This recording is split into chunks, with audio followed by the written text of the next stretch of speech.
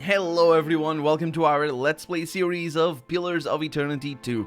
This is Colonel RPG as usual, and I'm very happy that you're chose to join me today because that over there is Kana Rua. And Maya is telling him to shut up because he doesn't shut up. But let's see what else he says. Won't the Lore College be surprised to hear your name again? That's not a question, but kind of grins toothily and sharpened toothily because he sharpens his teeth. They'll call it contrived, but the truth is sometimes life really is that strange, he says. Do take care of her, Maya. Remember, you're supposed to be the responsible one. Kinda wags a finger again. I'll keep him out of open waters. Never you worry, you great big coward. Maya grins across at Kana. Yeah, you forgot that I'm her, so that's, sure. The captain finally manages to push his way to the railing and bows stiffly at the waist. Clear skies, Penumbra. And well done. We'll see the port's defenses. We'll see to the port's defenses. Huh. The Rawatayan soldiers gathered on deck wear heavy brigandine and blades that glint and flash at their sides. They look ready for anything. Who are you? I'm gonna ask. We're the Rukwapa. We serve as the Ranganui's most skilled warriors. The troops behind him cross their arms in unison. Kana follows suit a few seconds later, grimacing sheepishly. Calm seats, I guess. Farewell. He crosses his arms over his chest as his ship pulls away. What are they gonna do? I want to go back to Crooksburg.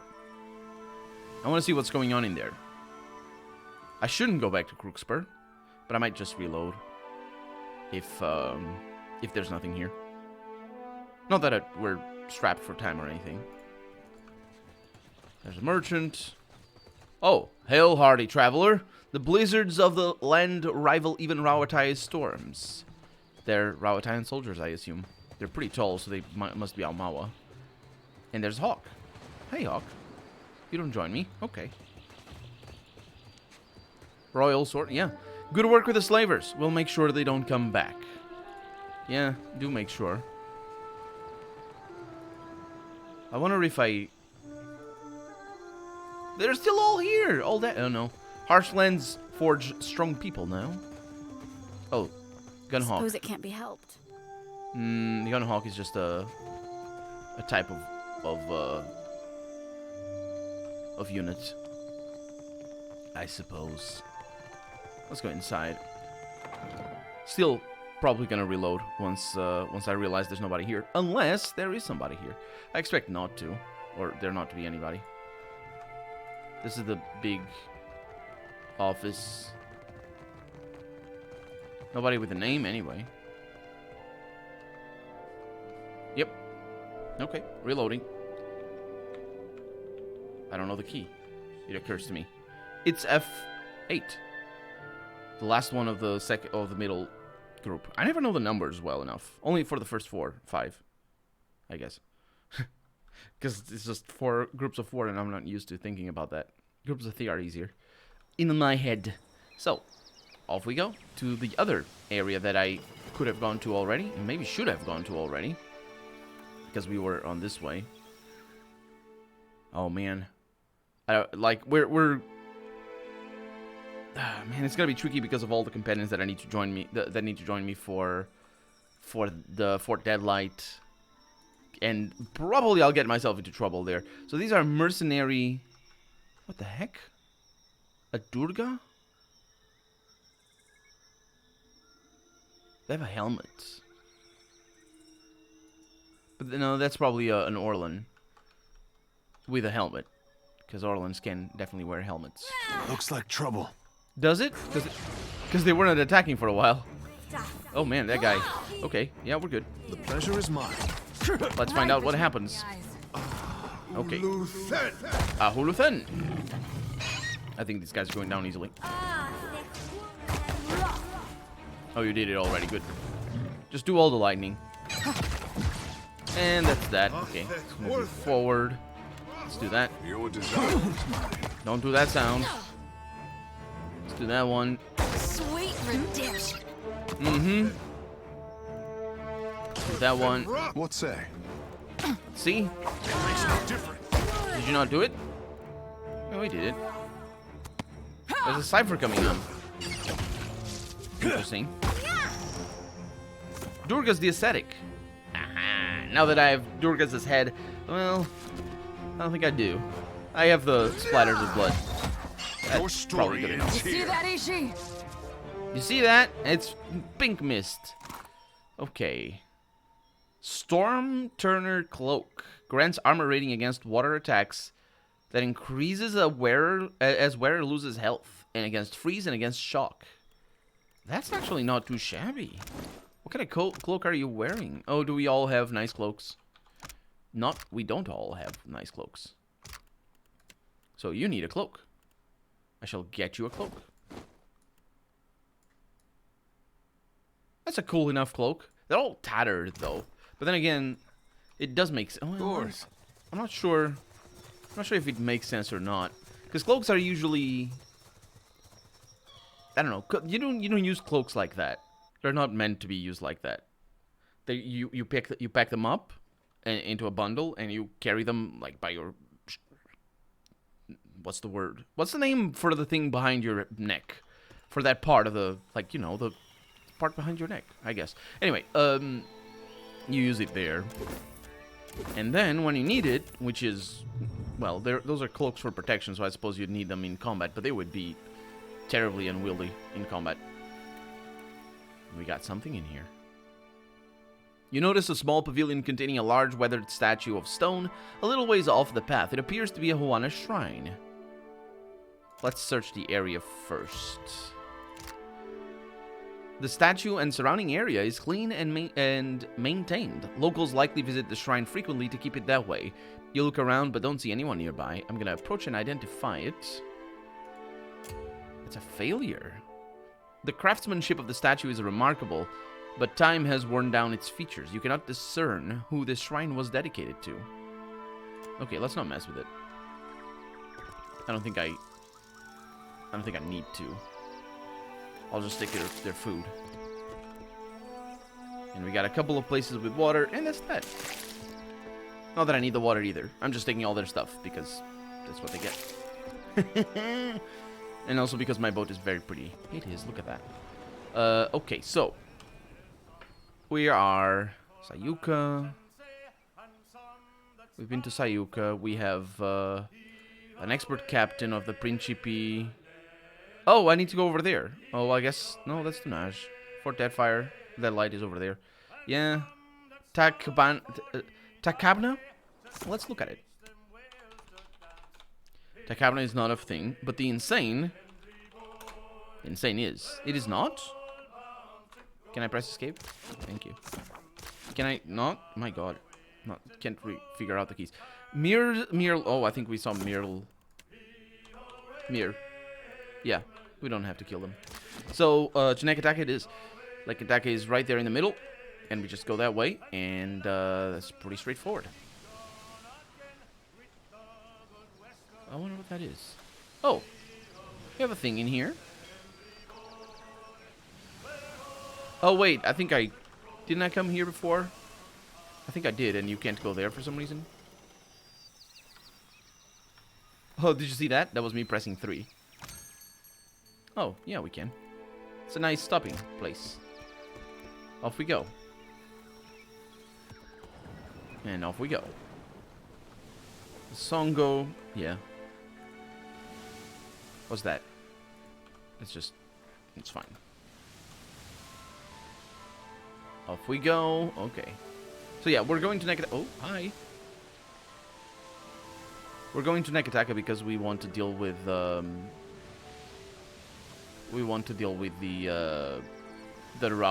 Rawatai captain.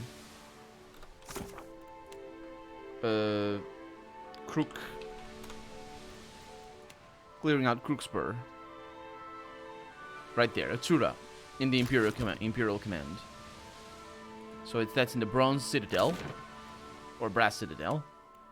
Imperial Command, lower, let's go for upstairs. No, it's lower. Oh man, I didn't go there the last time we were there. I just said, I figured there's nobody here. Because I went to it starts from above, you get in from the top. And then you need to go down the stairs. And then you need to come back upstairs if you want to just get out, basically. So that's why I didn't do it. Cheats, I'm telling you. It's impossible to cheat at Hazatoa. Verzano. He acts like he's gonna do one thing, then he does something else. That's called strategy. And don't you work I think for I heard Atsura? that conversation before. Atsura, there we go. I guess you have strategy at the thing. Atsura glances at you with a surreptitiously mirthful expression. He looks like he's in on a fabulous secret, one he's about to share with you. It has been brought to my attention that you ousted the slavers from Crookspur. You've done a noble thing. He claps you by the shoulder and tries out a warm smile. It almost looks real. They had long been a thorn in our side, but one we were hesitant to remove on our own. You've done us a considerable favor. 1,200 copper. That's not very considerable. He slips you a heavy purse.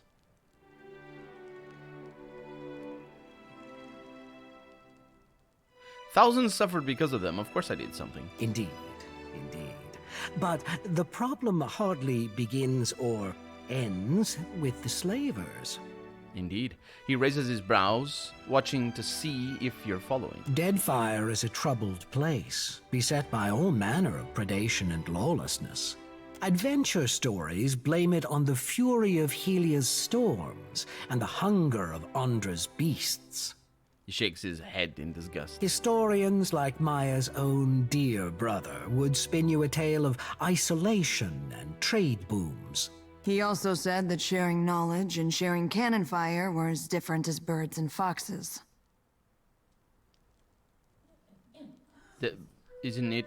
All of that merely obscures the plain yet hard truth. The Huana lack the will to defend their homeland. Coming from the person who definitely has the will to attack their homeland. He stops and looks up at you for the first time since hearing your explanation. He's recovering himself. How do you figure that? Allow me to illustrate. He brings his hands together and clears his throat. 2,000 years ago, our people began the conquest of Rawatai. The land was new to us. Many of its inhabitants were better equipped. He tenses his fingers and raises his eyebrows. But we overcame them. We were unified where they were scattered. And we were not content to huddle in cliff caves and subsist. We were determined to make a better life for ourselves.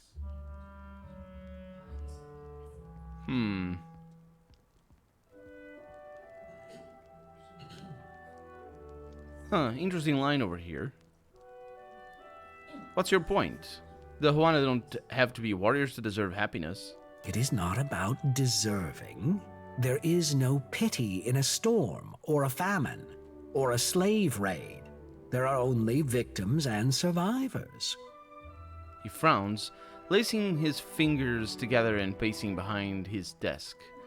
Takeo grins and pats down and okay, Takeo likes it and Maya doesn't, somehow. The Valians and the Principe will tear Deadfire asunder, and the Huana will stand by and let it happen.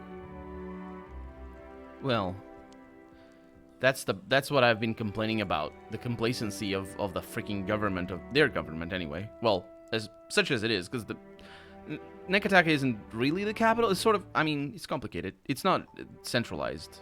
Anyway. So, we must do everything we can to defend the archipelago and its people.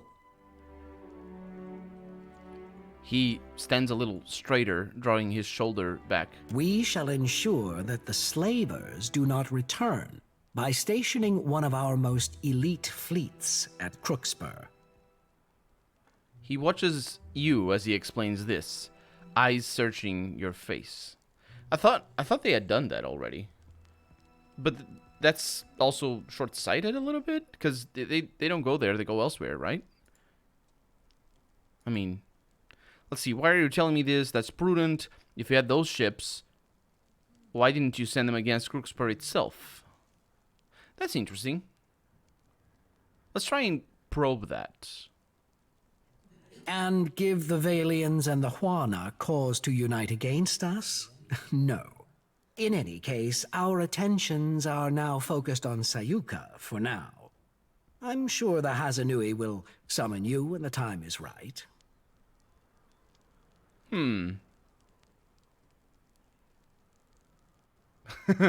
After all this time, I still don't understand who you are and what you believe in. I think I do. I understand that there's room for me not to understand what he is, because he's very flip-floppy in a lot of what he says. The point is that he doesn't believe in anything. He's just doing whatever furthers... Well, he believes in his own promotions and, I guess, money and things. Prosperity, I guess. So he's doing whatever suits him. And he just has his own perspective, I guess. Because, you know, for a slaver, whatever suits him, whatever furthers his or their purpose for a slaver, it is to hunt for slaves and to, you know, make sure that slavery is not persecuted or whatever. So perspective definitely, you know, the same sort of attitude can result in very different actions, depending on perspective. And especially this sort of attitude of you just do whatever suits you can result in very different actions depending on perspective and on position. And for him, it just happens that he wants to end those particular slavers. Not necessarily end slavery. He doesn't really talk about that. And I remember being very conflicted about his character as well before. I'm gonna say that. Yeah, the first one. He watches you with that blank but thoughtful stare you've come to recognize. In the tiny movements of his eyes, you can see him sizing you up, deciding how much to tell you. At last, he smiles faintly. Who we are. What does this even mean? Why the search for permanence in a transient existence? Didn't I just tell you that? I told you I knew what it was. One day, our bodies will perish and our souls will return to the wheel. Every word we've ever spoken, everything we've ever known will be forgotten with us. Yeah, you really have to have that sort of, this sort of attitude regarding who we are to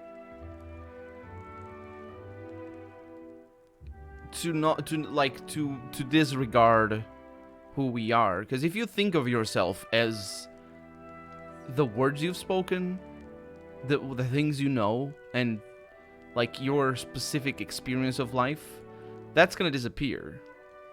And if like it's very easy to disregard that, to sort of, well, I'm gonna die anyway, so you know, and everybody's gonna forget who I am. But then, especially for somebody in power, who you are isn't really so much what you've. Maybe he's coming from that perspective, but he's not showing it right now. But who you are isn't what you think. It's what you do, especially for somebody in power, but for everybody, really. It's the people you help and the people you hurt, and that's who you are. It's the effects that you leave behind. Because that's also who you are while you are alive. It doesn't matter what you say if you make something or horrible or something, or make something good. Like, it doesn't matter. He's like, I wish slavery was good. I'm gonna sign this decree that forbids slavery, and it's gonna basically banish it forever. That's who he is. That's his actions. And if he goes his whole life just making things that go against slavery, his actions, who he is still against slavery. Even if he doesn't think otherwise, and vice versa. Because intent, at the end of the day, doesn't matter. It just matters what do you do. So that's why he's a snake. It's tricky, because he doesn't have intent. He goes along. Anyway, his expression is one of distant amusement, as though these notions are no more troubling than the far-off clamor of crowds. But this will remain. Yeah, I figured there was room for him to come from that perspective as well. He spreads his hand, surveying the solid, precise stonework and around him. Prolonging the soul is a fool's errand. Clinging to a grand past is vanity. I want to take part in building something that will last beyond me. That is true immortality. Well, that's one way of talking about it. That's basically what I was saying, and that's good. So he's not working for whatever. He's specifically working. I think the Precise Stonework there. He's working for the Precise Stonework. He's working for Rawatai. So it's not necessarily for his own benefit. It's for the benefit of Rawatai. He smiles, calm satisfaction narrowing the corners of his eyes. You are an immoral, unprincipled lunatic. Definitely amoral. I said immoral. Definitely immoral and unprincipled, because if you have, he doesn't. That's not what he doesn't base his actions on morals or principles. I mean, not necessarily. I guess unprincipled is not. He's obviously principled. His principle is Rawatai, but from amoral and unprincipled is not the same thing. Basically, everybody has principles. Well, not everybody has principles, but even people who are awful scum have principles, even if those principles are awfully scummy. But some people can not have principles. I mean, that's a thing. If you're all flip-floppy all over the place. He does have one, though. Even these things will crumble eventually. Well, that's true. It's kind of complicated thinking about it, though. Because, yeah. Be careful, you don't know what future generations will make of your legacy. I think we're not even there already. It's his actions right now. Sometimes, like, what does it mean to help Rawatai? It's the current generation that are making it. What are they making of his actions right now? Like, it's tricky. That's the problem with amorality. There is that if you dedicate it to Rawatai in and of itself, your actions can further things that you don't agree with, or you wouldn't necessarily agree with. So you need to be careful in what you say. If Rawatai certainly becomes a slaver nation, that's what you helped build. That's your actions. That's your legacy. So it's kind of tricky.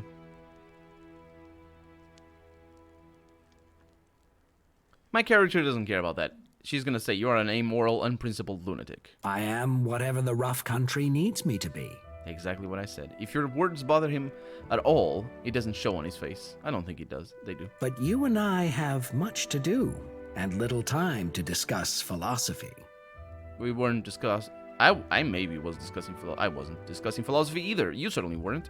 You seem different from the rest of the Deadfire company. How do you mean that? I read that... As you wish. Yeah. Well, that's that. There's no quest here? Because we cleared that. Okay, that's interesting. So speak with the Captain Ferrante Principe, but yeah, we're going there, but we need to take, well, we need sleep. Can I sleep? How am I going to be able to do that? How do I get upstairs? There you are. There's no exit from here apart from this. So, for me to sleep. No, I can rest wherever. Right? Can I rest wherever? I don't know. No, these are not the resting. These are the passing of time. I might be able to rest out in the open sea, though. So if that happens, well, I probably should be able to, because it makes sense. It's like, I have a bed, come on. And it's really just Takeo who needs it. So who am I leaving behind? Takeo, maybe? I don't know. Where are the walls? The artillery? The Juana have a paradise, yet they do not protect it. Oh yeah, we've heard of that. They're talking about the city itself. So, we're leaving through here because we're going to Dunaj. I think. Is it Dunaj? It is. Wait, what? Captain Ferrante can be found in a Principe haven called Dunaj. Absolutely. That's a Principe haven? Oh, I never really figured that out. Okay, let's see. Leave by sea. I might need to go to Serpent's Crown. Was that part of the quest for Onakaza? I don't believe it was. Okay. What are you doing? What are you doing? Why did you show me that prune paper? Is it just loading the map? It is. Okay, nothing too bad. So from here, we can rest. Okay. Yeah, absolutely. So do away with that. Get some ale. Sure. Sure. Rest. Good enough. Nothing happens. We have Deadfire merchants. Unaffiliated trade ships capture Thainic. Thain. Yeah, that's nobody that I need to kill. It's good enough. Okay, so Dunage. That's Port Marché. Where the heck is Dunage?